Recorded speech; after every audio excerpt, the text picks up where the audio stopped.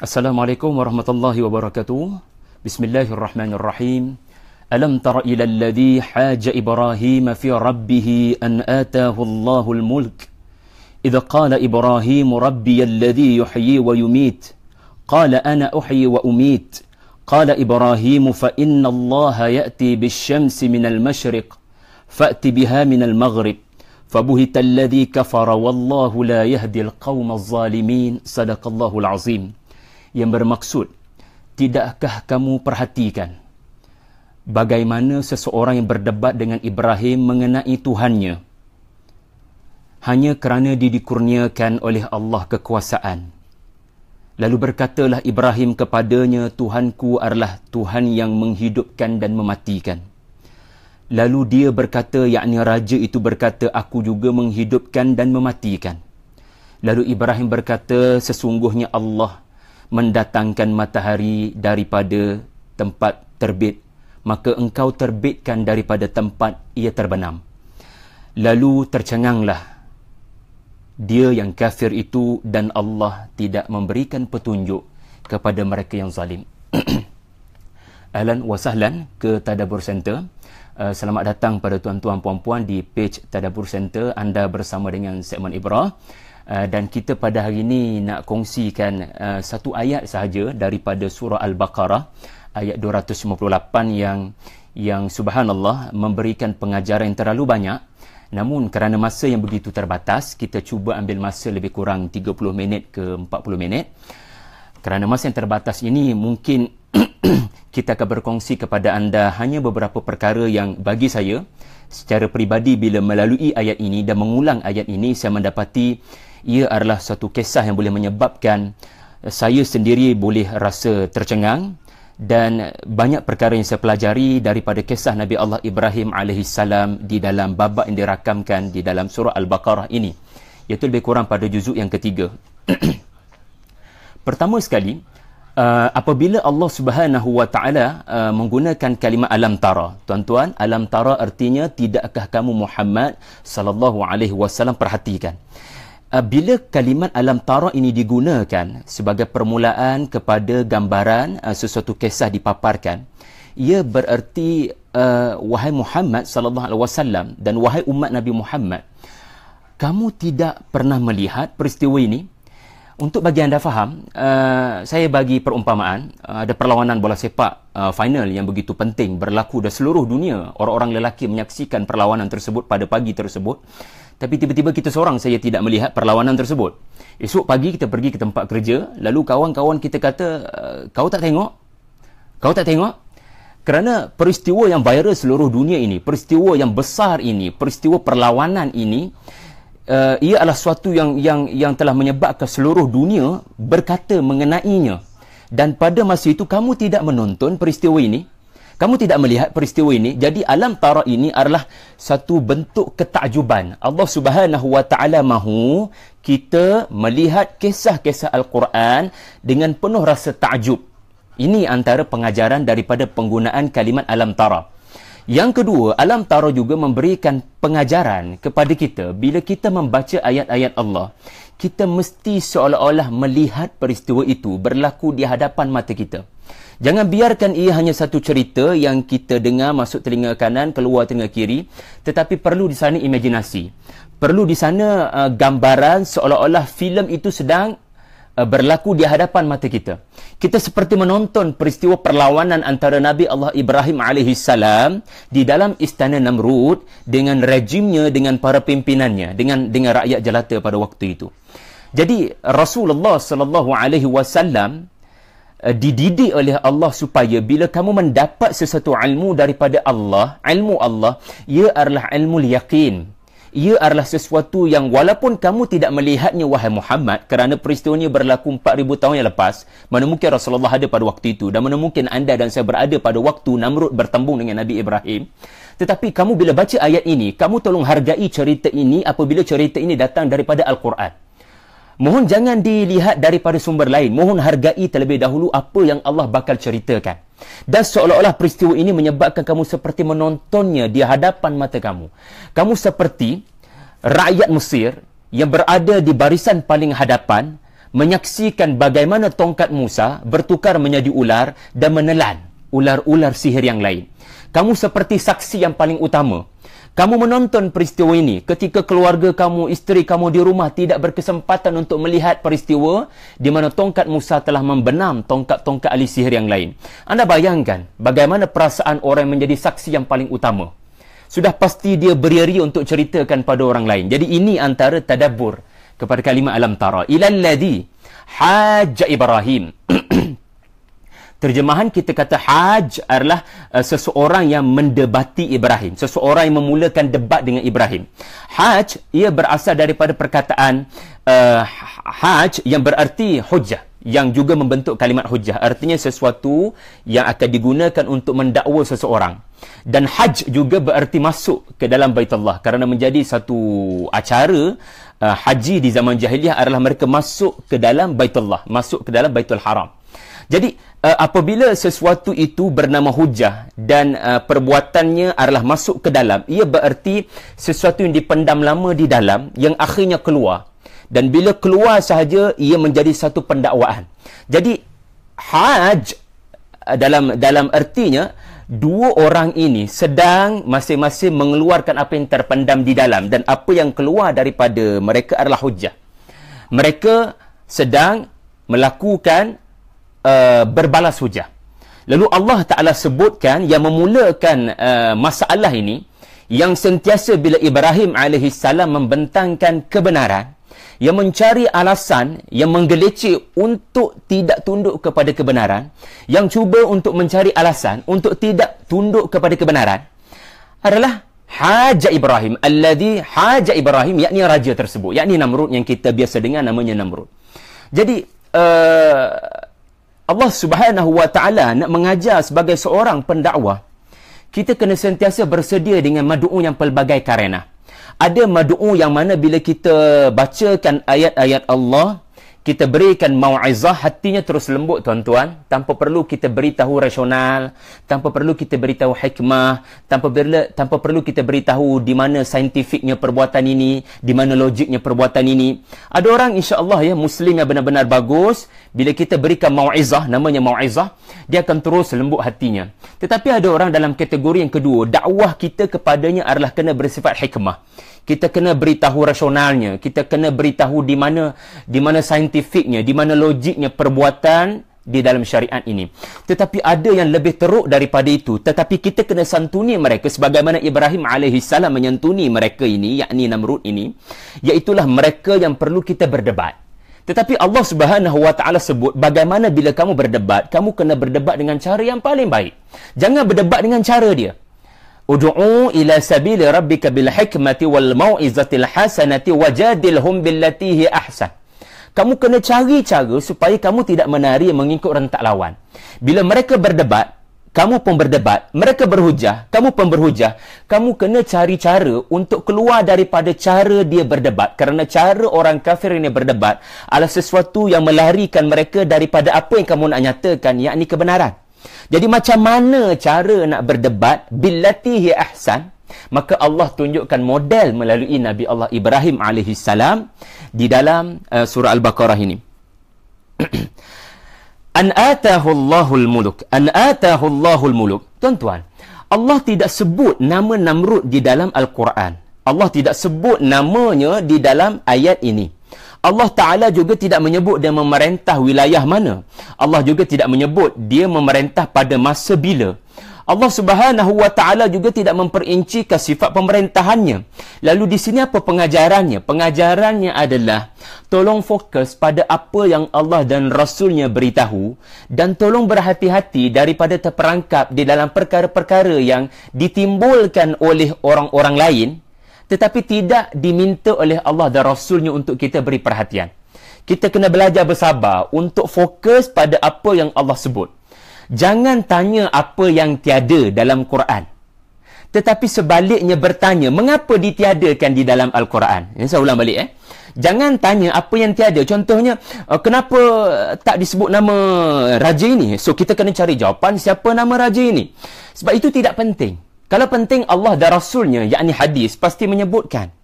Jadi kita diajar oleh Allah untuk fokus, umat Islam diajar untuk fokus, dan yang patut ditanya adalah apa hikmah ditiadakan nama Namrud di dalam ayat ini. Lalu antara disebut oleh panjang lebar oleh Syekh Mutawalli Sya'rawi, yang menarik perhatian saya adalah tidak disebut nama Namrud kerana perangai seseorang yang mengaku Tuhan dan punyai kafir, punyai sifat kekufuran dan suka cari pasal, cari masalah dengan para pendakwah. Ya, pertama, mengaku dirinya Tuhan. Yang kedua, alladhi kafar, yang kufur kepada Allah. Yang ketiga, alladhi haj, yang sentiasa mahu mencari alasan. Ini bukan hanya sifat Namrud. Ia bukan hanya sifat seorang tokoh dalam lipatan sejarah. Ia adalah sifat yang akan berlaku kepada mana-mana individu yang gagal dalam ujian pemerintahan. Ana atahullahul muluk. Ingat, sesiapa yang diberikan Allah al-muluk. Al-muluk boleh diartikan kekuasaan. Al-muluk juga boleh diartikan malakah, potensi, kudrat, bakat, yang dan seumpama dengannya. Berhati-hati bila Allah kurniakan kepada anda dan saya kelebihan, Allah kurniakan kepada anda kekuasaan. Ramai orang tumbang dengan nikmat ini, sehingga nikmat ini menyebabkan dia menjadi sifat Namrud. Kenamrudan itu ada di dalam dirinya. Apa dia sifat Namrud ini? Pertama sekali, mengaku dirinya Tuhan. Yang kedua, alladhi kafar. Yang ketiga, alladhi haj, yang sentiasa mencari alasan untuk tidak beriman. Semoga Allah pelihara kita daripada 3 sifat raja yang ada di dalam ayat 258 ini. Ini hikmah Allah tidak menyebut nama Namrud, supaya tidak terikat kisah ini dengan ikatan sejarah. Kerana Quran bukan buku sejarah. Quran adalah kitab hidayah. Al-Quran punya kisah adalah kitab yang menawarkan ibrah. Pengajarannya adalah timeless, menjangkaui zaman dan lokasi. Tuan-tuan, yang seterusnya kita boleh pelajari di sini jawapan Nabi Allah Ibrahim. Idza qala Ibrahimu, satu perkara lagi, Allah sebut nama Ibrahim. Kalimat Ibrahim adalah kalimat ajam, bukan kalimat berasal daripada kalimat bahasa Arab. Allah sebut nama Ibrahim 2 kali dan Allah tidak sebut nama Namrud. Pengajarannya apa? Kalau anda mahu jadi selebriti di langit, anda mahu jadi orang yang popular di sisi Allah Azza wa Jalla, apa arti jadi popular di sisi manusia?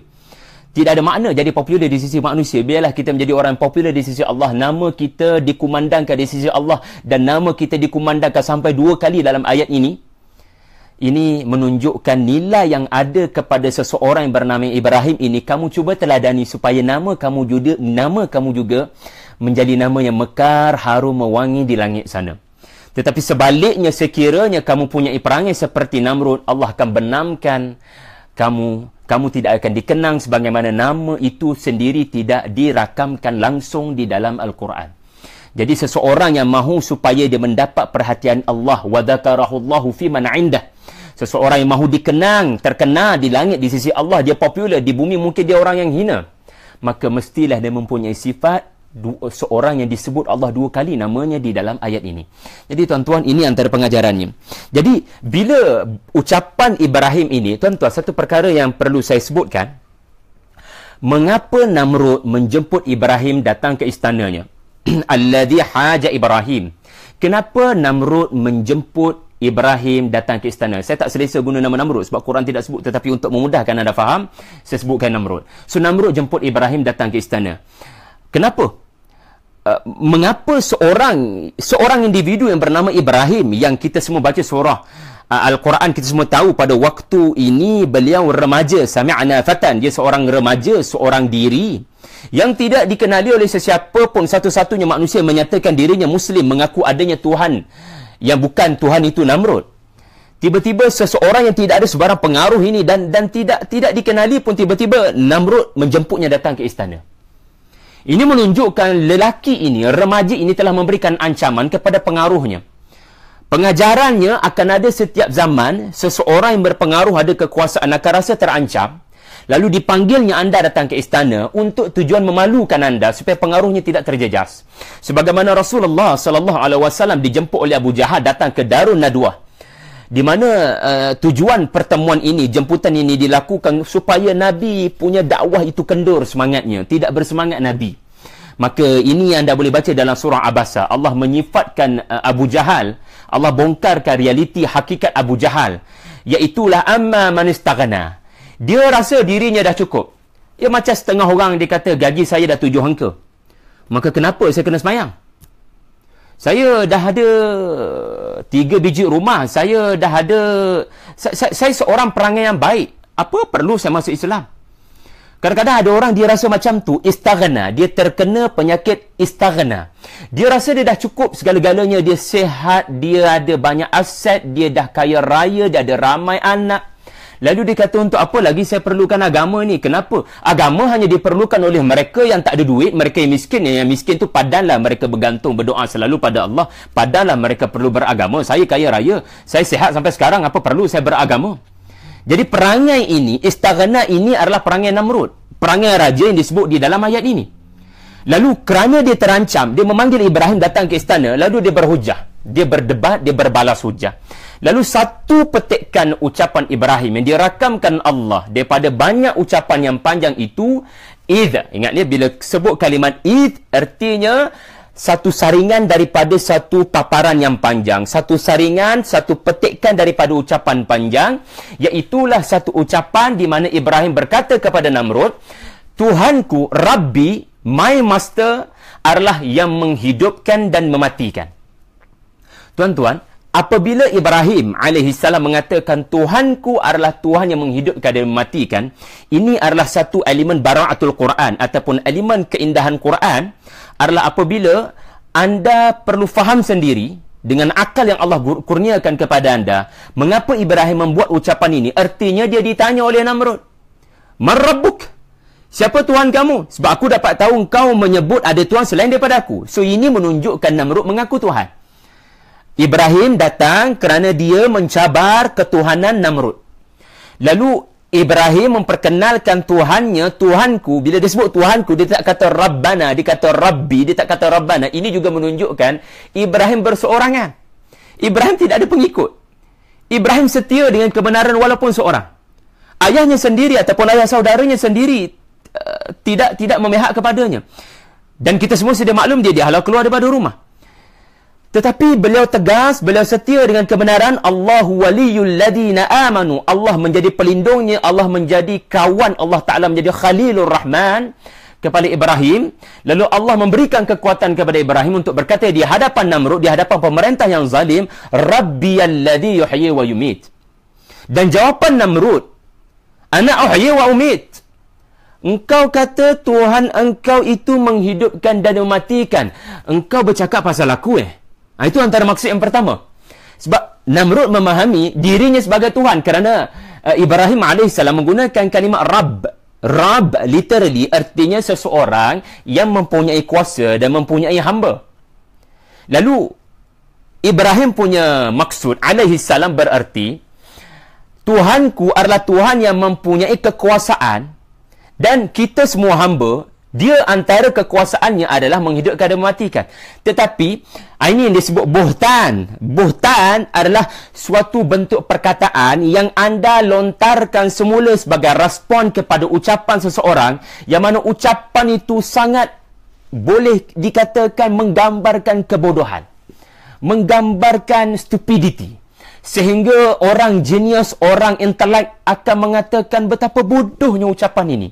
Betapa Namrud tidak memahami erti sebenar ucapan Ibrahim AS. Ini buhtan. Satu ucapan fitnah yang menyebabkan orang lain tak ada perkataan nak menggambarkan betapa hinanya fitnah ini. Betapa hinanya ucapan Namrud ini. Dia bukan tak faham. Dia buat tak faham. Dia bukan tak guna akal. Politician sangat bijak untuk mengalih perhatian rakyat. Jadi, kita perlu faham di sini, ketika Ibrahim memperkenalkan Tuhannya, Rabbiyalladhi yuhyi wa yumit, Namrud mencelah dengan mengatakan, kamu memaksudkan saya? Sebab saya juga boleh menghidupkan, boleh mematikan. Kamu boleh lihat saya boleh menghidupkan seseorang yang dipenjarakan, saya boleh mematikan, saya boleh menjatuhkan hukuman mati. Jadi Musa AS pernah berdeban dengan Firaun yang macam ni juga perangai. Anda baca surah Asy-Syu'ara. Ahli sihir Firaun bila sujud sajadah, apabila melihat tongkat Musa menelan ular-ular sihir mereka, lalu mereka mengatakan, amanna bi rabbil alamin. Lalu Firaun bila mendengar ucapan ahli sihir Firaun, kamu beriman dengan Tuhan semesta alam, kamu maksudkan saya bukan? Lalu Clarification daripada ahli-ahli sihir Fir'aun, bekas ahli-ahli sihir Fir'aun adalah, bukan kamu wahai Fir'aun. Amanna bi Rabbi Musa wa Harun. Kami bukan maksudkan Rabb itu kamu. Jadi kalimat Rabb boleh disalahfahami oleh Namrud, ataupun boleh dimanipulasi oleh Fir'aun, oleh Namrud, oleh sesiapa sahaja. Maka sebab itu kalimat Rabb ini telah dimanipulasikan oleh Namrud dengan mengatakan, kamu pun tengok aku boleh menghidupkan dan mematikan. Lalu bila Ibrahim AS menyaksikan buhtan, satu ucapan yang menggambarkan orang macam ni memang jenis takkan boleh dijinakkan dengan kebenaran. Orang macam ni memang degil, keras kepala. Maka Ibrahim AS memikirkan bukti yang lain. Jangan putus asa, jangan merajuk, jangan keluar daripada istana. Allah Ta'ala, Allah waliyul ladina amanu. Allah menunjukkan macam mana dia menjadi wali, dia menjadi friend, dia protector, dia menjadi seorang pelindung. Dengan mengilhamkan kepada Nabi Allah Ibrahim hujah yang lain. Hujah yang lain. Yang insya-Allah inilah hujah wajadilhum billatihi ahsan. Yang mana hujah ini menyebabkan Namrud patah hujah. Namrud tidak boleh berkata apa-apa. Kalau tadi Ibrahim tak boleh nak kata apa-apa ketika Namrud mengeluarkan kata-kata menggambarkan stupidity dia, iaitu ana uhyi wa umit. Dan jangan lupa ana ini juga menunjukkan kesombongan. So sebenarnya kebenaran telah terserlah di seluruh istana Namrud, tetapi kerana kesombongan seseorang yang dinamakan kafir, bukan sebab dalam hati dia tak beriman. Dia beriman sebenarnya. Bila bulan terbelah, bila bila unta keluar daripada bukit, semua ni sudah terserlah kebenaran. Tetapi seseorang itu dinamakan kafir sebab dia membenam kebenaran itu dalam hati, tidak menyebutnya di mulut. Lalu dia tidak mahu cakap di mulutnya. Lalu orang ini yang menyebabkan Ibrahim alaihissalam memahami orang ni jenis macam ni. Lalu Ibrahim wajadilhum billati ihsan. Ibrahim menggunakan bukti yang lain. Ibrahim alaihissalam menggunakan hujah yang lain dengan menyebut sesuatu yang memang akan menyebabkan Namrud tidak akan berkata walau sepatah. Fa inna Allah ya'ti bisyamsi minal masyriq fa'ti biha minal maghrib. Allah terbitkan matahari daripada timur, kau terbitkan matahari daripada barat. Jadi tuan-tuan, di sini kita pelajari sesuatu yang sangat indah. Pertama sekali, apabila kita tidak boleh untuk berhujah dengan sesuatu yang dekat, maka kita berhujah dengan sesuatu yang jauh. Apabila kita tidak boleh lagi berhujah dengan sesuatu yang berada di dalam, iaitu roh, yang bila keluar namanya mati, bila ada namanya hidup, maka berhujahlah dengan sesuatu yang ada di alam ini. Ini kaedah berhujah. Juga kita boleh pelajari di sini bukti yang pertama dan bukti yang kedua. Bukti pertama, hidup dan mati. Tuhanku boleh menghidupkan dan boleh mematikan. Maksud sebenar Nabi Ibrahim, Allah mencipta kehidupan. Sesuatu yang mati boleh hanya dihidupkan hanya oleh Allah. Tanah yang mati hanya boleh dihidupkan oleh Allah. Dan seseorang yang hidup, kematiannya sebenarnya dalam urusan Allah. Jadi ini dimaksudkan oleh Nabi Ibrahim. Tetapi kerana Namrud ini tidak faham, Ibrahim mengemukakan bukti yang kedua, yang tetap mempunyai persamaan dengan bukti yang pertama, cumanya dari sudut kekuatan hujah. Kerana pergerakan roh, pergerakan roh dengan pergerakan matahari ada kaitan. Pergerakan roh, bila roh ini bergerak keluar daripada jasad, itu namanya mati. Dan roh apabila masuk ke dalam sesuatu jasad, ia menyebabkan hidup. Okey, pergerakan matahari. Bila matahari terbit, apa berlaku kepada manusia? Manusia mengalami kehidupan semula. Sebab itu doa bangun tidur, alhamdulillahilladzi ahyana ba'dama amatana. Kerana kehidupan seseorang jaga daripada tidur sebenarnya proses kehidupan. Dan seseorang bila matahari terbenam, gelap gelita, seseorang akan tidur. Tidur sebenarnya adalah perbuatan kematian, di mana ia disebut kematian. Jadi apa yang Nabi Ibrahim nak kata, wahai Namrud, yang mengatakan engkau boleh menghidupkan, engkau boleh mematikan. Okeylah, macam ni lah. Boleh tak engkau yang mengatakan engkau boleh menghidupkan seseorang, membiarkan hidup? dan boleh mematikan, yakni membunuh. Bunuh dengan mematikan ada beza. Mati dan bunuh pun ada beza di dalam Al-Quran. Al-Qatlu dan Al-Maut ada beza. Tapi Namrud ni buat-buat tak faham. It's okay lah. Ibrahim AS menyantuni dengan tenang. Ibrahim mengatakan begini, kalau kamu boleh claim hidup mati dengan seorang dua orang individu, okey, boleh tak kau hidupkan seseorang pada masa yang sama seluruh negeri ini ataupun seluruh negara ini, dan kau mematikan satu penduduk ini pada masa yang sama, yakni menyebabkan mereka jaga pada waktu yang sama dan menyebabkan mereka tidur pada waktu yang sama, yang hanya boleh melakukan Allah dengan asbab matahari. Lalu kau tunjukkan ketuhanan kau jika kau benar-benar seorang Tuhan, dengan kemampuan engkau untuk melawan sistem yang sedia ada, yang diciptakan oleh Allah Azza wa Jalla, matahari terbit daripada tempat terbitnya, iaitu daripada timur. Maka cuba kau lawan kalau kau mengaku Tuhan, untuk menyebabkan manusia jaga pada waktu yang terbalik, pada waktu yang sebaliknya. Jadi di antara keindahan maksud Nabi Allah Ibrahim AS terbitkan matahari daripada barat, artinya kalau kau mampu kau hidupkan seluruh manusia pada masa yang sama, iaitu ketika matahari terbit daripada barat, yang kalau kau boleh terbitkan, sebab matahari memang bila terbit manusia akan hidup, dan bila matahari terbenam manusia akan mati, yakni tidur. Semua itu bukan kerana matahari melakukan, ia kerana Allah Azza wa Jalla yang melakukan kehidupan dan kematian. Jadi ini antara yang dimaksudkan daripada hujjah Nabi Allah Ibrahim AS. Dan satu perkara yang menarik kalau kita kaitkan dengan ayat sebelumnya, iaitu ayat kursi. Tuan-tuan jangan tak perasan, ayat kursi adalah pada ayat 255. Dan kita sedang membicarakan ayat 258. Ayat 255, Allahu la ilaha illa huwal hayyul qayyum. Allah itu hidup, sentiasa hidup, dan cara Allah hidup tak sama dengan makhluk. Cara Allah hidup tak sama dengan makhluk. Hidup Allah tidak ada permulaan. Sejak azali begitu. Dan ini yang cuba disebut oleh Nabi Allah Ibrahim di pusingan pertama debat, dengan mengatakan Rabbi alladhi yuhyi wa yumit, yakni Allah itu hayyun qayyum la ta'khudhuhu sinatun wala naum. Sila lihat ayat seterusnya dalam ayat kursi, dia tidak pernah mengantuk, tidak pernah tidur, apatah lagi mengantuk walau sesaat. Manusia bila matahari terbenam dia tidur, bila matahari terbit dia bangun. Allah tidak perlu kepada sifat makhluk. Allah tidak mengantuk, Allah Ta'ala tidak tidur. Yang ni yang cuba disampaikan oleh Nabi Ibrahim dalam pusingan pertama. Tapi nampak macam tak faham Namrud ni, buat-buat tak faham. Lalu hujah yang kedua Nabi Ibrahim, seperti seolah-olah Nabi Ibrahim ini sedang mengajak ayat kursi kepada kita. Iaitulah pusingan yang kedua surah kursi. Ayat kursi adalah lahu ma fis samawati wa ma fil ardi. Pada sisi Allah segala di langit, tujuh petala, dan segala di bumi dan apa antara keduanya. Sebab itu pusingan kedua Nabi Ibrahim adalah menyangkuti matahari, iaitu salah satu objek di langit. Subhanallah.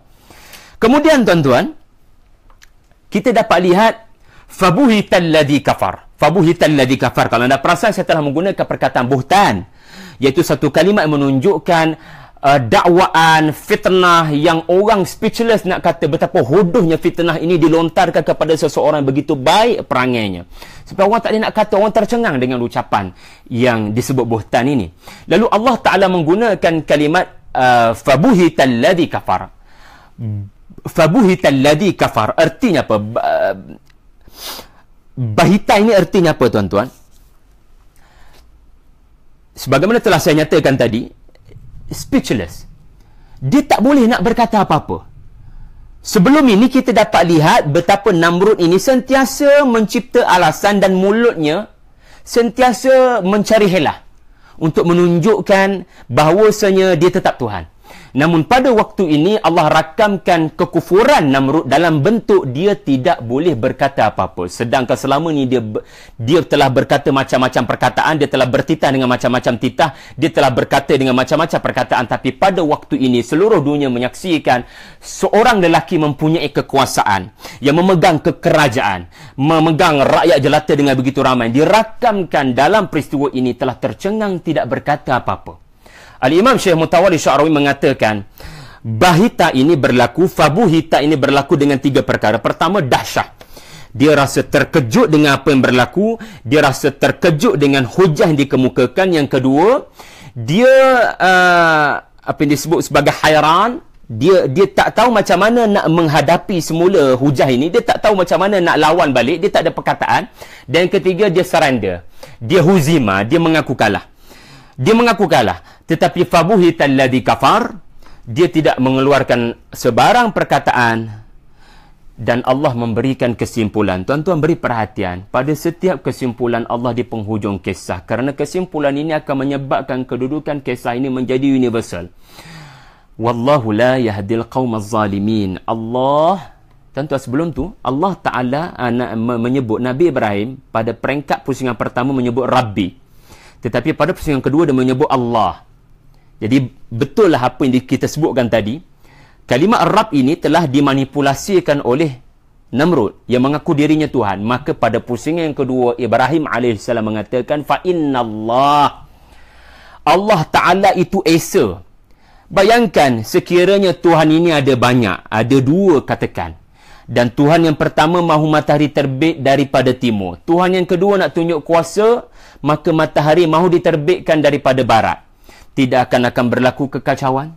Sebenarnya melihat kepada matahari terbit, sebenarnya matahari terbit daripada timur, ia bukan baru berlaku, ia berlaku sejak daripada dahulu lagi.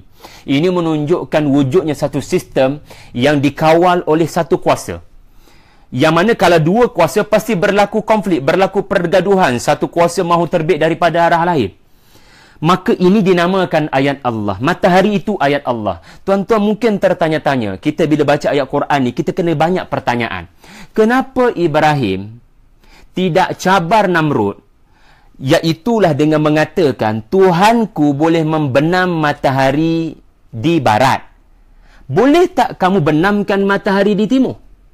Tetapi Ibrahim berkata, Tuhanku menerbitkan matahari di timur dan membenamkan di barat. Cuba kamu terbitkan daripada barat. So, isunya di sini adalah isu terbit. Mengapa ya?